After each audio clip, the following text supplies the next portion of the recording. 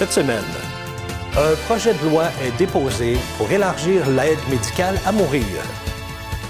Le retour de la journée de l'emploi à Joliette et la SAAQ Clic est maintenant disponible. Bonjour, ici Danny Bérubé. Bienvenue à vos actualités régionales.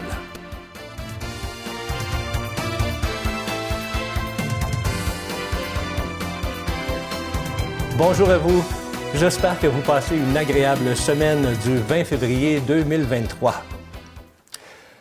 La ministre déléguée à la Santé et aux aînés, Mme Sonia Bélanger, a déposé jeudi dernier une nouvelle mouture du projet de loi qui visait à élargir l'aide médicale à mourir.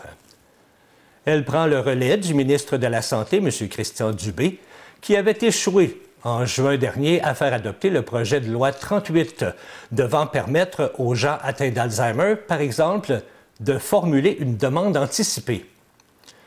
Le projet de loi 11, présenté jeudi dernier, reprend le concept de demande anticipée.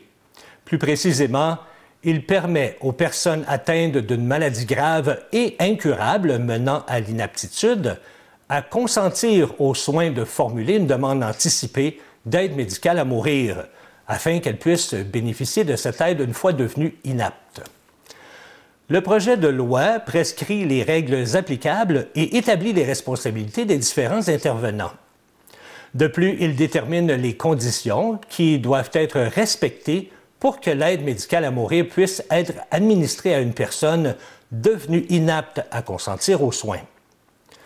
Par ailleurs, il est précisé dans le projet de loi 11 qu'un trouble mental n'est pas considéré comme une maladie. Au moment du dépôt, le leader parlementaire de l'opposition officielle, M. Monsef Deradji, s'est levé pour demander que l'Assemblée nationale tienne des consultations particulières élargies.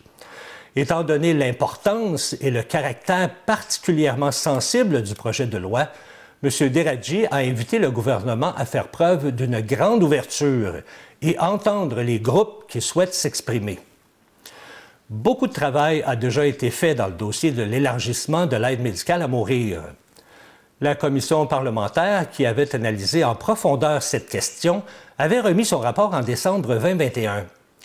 Elle avait tenu 14 jours d'audience et entendu une centaine d'intervenants et d'experts, sans compter les quelques 80 mémoires reçues et les 3000 personnes du public ayant participé à la consultation en ligne. En juin dernier, plusieurs personnes avaient pleuré l'échec du projet de loi 38. Rappelons que M. Dubé avait attendu à la toute fin de la session du printemps pour le déposer. Il avait dû retirer en toute urgence une disposition concernant les handicaps neuromoteurs graves. Faute de temps, les députés n'avaient pas réussi à l'adopter. La pénurie de main-d'œuvre se fait encore bien sentir chez les entrepreneurs de la MRC de Joliette qui doivent multiplier leurs efforts de recrutement afin de pourvoir les différents postes vacants. La Chambre de commerce du Grand Joliette, en collaboration avec la Corporation de développement économique de la MRC de Joliette, sont heureuses d'annoncer le retour de la Journée de l'emploi. L'événement aura lieu le 18 mars prochain aux Galeries Joliette de 9h à 17h, en marge du salon Rendez-vous Commerce. L'événement permettra à un peu plus de 40 entreprises d'avoir un comptoir de recrutement pour cette seule journée de l'emploi dans la région de la Naudière. Les entreprises qui désirent participer à cet événement peuvent réserver leur kiosque en ligne dès maintenant. Le CI3S de la Naudière a fait savoir que les services jeunesse d'Air ouverte, logés temporairement au 310 boulevard Antoine Barrette à Notre-Dame-des-Prairies, seront transférés dans des nouveaux locaux permanents. Dès ce mercredi 22 février à 10h, les jeunes de 12 à 25 ans pourront désormais se rendre au 107 place Bourget-Nord, au centre-ville de Joliette. L'endroit est facilement accessible et dispose maintenant d'une superficie permettant l'aménagement d'un espace d'accueil chaleureux et de lieux de rencontre assurant la confidentialité. Air ouverte est une équipe d'intervenants offrant différents services adaptés à la réalité des jeunes. Il peut s'agir de leur santé mentale, physiques, sexuelles, de leurs relations amoureuses ou familiales, ou encore de préoccupations sur leur avenir. Alors que le gouvernement se donne les moyens pour encadrer le recours à la main-d'œuvre indépendante dans le réseau de la santé et des services sociaux, l'Alliance du personnel professionnel et technique de la santé et des services sociaux, la APTS, apprécie le fait que le gouvernement légifère pour limiter le recours aux agences de placement, mais s'inquiète du contenu des règlements qui accompagneront le projet de loi numéro 10. Selon M. Steve Garceau, représentant national de l'APTS pour la région de Lanaudière, la solution durable pour mettre fin au recours aux agences de placement est d'investir pour améliorer les conditions de travail du personnel qui tient à bout de bras les services publics. En ce moment, ces agences utilisent de l'argent consacré à la population pour augmenter leur marge de profit. Le gouvernement doit mettre fin à cette exploitation éhontée de l'argent public le plus rapidement possible. En 6 ans, la somme investie à la grandeur du Québec pour embaucher de la main-d'œuvre indépendante dans la catégorie du personnel professionnel et technique ont été décuplées. Pour le CI3S de Lanaudière, le coût total est passé de 13 117 en 2015-2016 à 711 000 en 2021 et 2022. Or, si le dépôt du projet de loi, cette loi qui limite le recours au service d'une agence de placement de personnel et à de la main-d'œuvre indépendante dans les secteurs de la santé et des services sociaux, ça constitue un pas en avant. Mais l'APTS doute que ce dernier suffise à arrêter l'hémorragie. M. Garceau salue les intentions du ministre Dubé de mieux encadrer et de limiter le recours aux agences de placement, mais pour qu'elles se concrétisent, il faudra que ce projet de loi s'accompagne de mesures d'attraction et de rétention de la main-d'œuvre dans le secteur public. C'est la seule façon de convaincre le personnel qui a quitté le réseau public d'y revenir à long terme, toujours selon M. Garceau. Les services de la Société de l'assurance automobile du Québec seront désormais offerts sur une seule et même plateforme.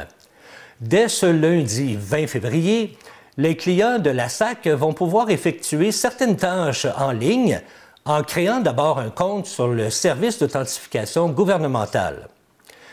Cette action a pour but d'éviter les tracasseries d'une perte de rendez-vous dans les succursales. Ainsi, la plateforme permettra de renouveler son permis de conduire, de payer l'immatriculation, de vendre ou de remiser un véhicule, d'accéder à son dossier de conduite, d'accéder même à son état de santé et même de prendre un rendez-vous pour un examen de conduite. La plateforme SAAQ Click est le premier site du nouveau service d'authentification gouvernementale qui doit remplacer ClickSecure. Rappelons que pour offrir le service, la SAC a dû effectuer un grand déménagement de données qui a entraîné une suspension de la majorité des services pendant les 3 dernières semaines. Pendant que le défi 28 jours sans alcool de la Fondation Jean Lapointe bat son plein, eh bien, les participants de partout au Québec essaient de ne pas boire une goutte d'alcool pour soutenir la cause de la prévention des dépendances, qui est très chère à la Fondation. Dans la Lanaudière, vous êtes près de 747 participants ayant récolté plus de 39 556 $ pour la cause à ce jour. Ça représente 3 596 jeunes potentiellement rencontrés. Puisque chaque tranche de 28 $ en dons, l'équipe de prévention peut rencontrer 2 jeunes.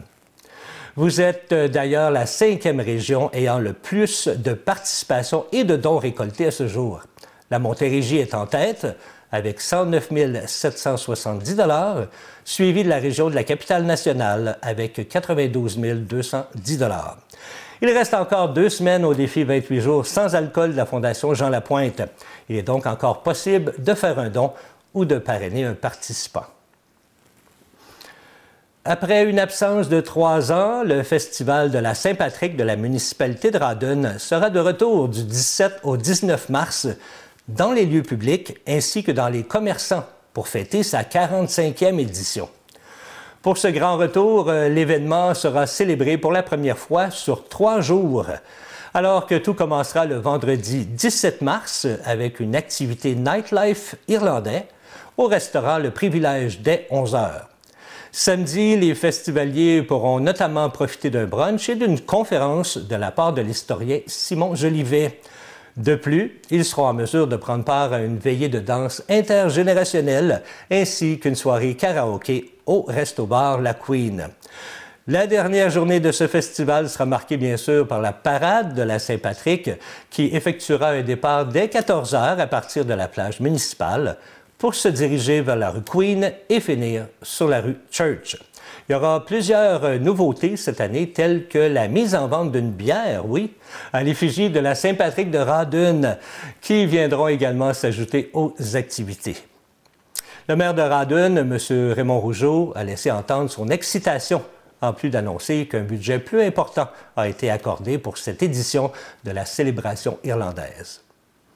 Bien, en parlant de Rawdon, qui ne connaît pas le passé de M. le maire, M. Raymond Rougeau, lui qui a eu par le passé plusieurs succès à la lutte professionnelle, autant en solo qu'avec son frère Jacques, hein? Ah, les frères Rougeau. Ils étaient les préférés de bien des adeptes de lutte. Eh bien, en plus d'avoir été lutteur professionnel, il a été commentateur pour la WWA et maintenant, il est maire de Rawdon depuis le 7 novembre 2021. Je vous en parle parce que c'est la fête de M. Raymond Rougeau. Oui, il a fêté son anniversaire la semaine dernière, 68 ans. Eh bien, bonne fête, M. Rougeau. On vous souhaite une merveilleuse année. Amateurs de rock, le Centre sportif et culturel de Brandon vous invite au spectacle d'Undercover Legends of Rock le vendredi 3 mars prochain, alors que la formation mettra le feu aux planches du cabaret de la salle Jean Coutu. Undercover Legends of Rock, c'est un spectacle qui réunit tous les grands succès rock de vos artistes préférés. Un véritable greatest hit sur scène. Après plus de 500 spectacles à travers le Québec et les Maritimes, Undercover revient maintenant avec une nouvelle version encore plus explosive, comprenant encore plus de hits, des chansons classiques comme de Bon Jovi, Def Leppard, Foreigner, Journey, AC/DC, Styx et Queen, et j'en passe. Alors, un spectacle à ne pas manquer. Si vous voulez acheter vos billets, ils sont en vente sur le site Internet au www.spectaclesaintgabriel.com.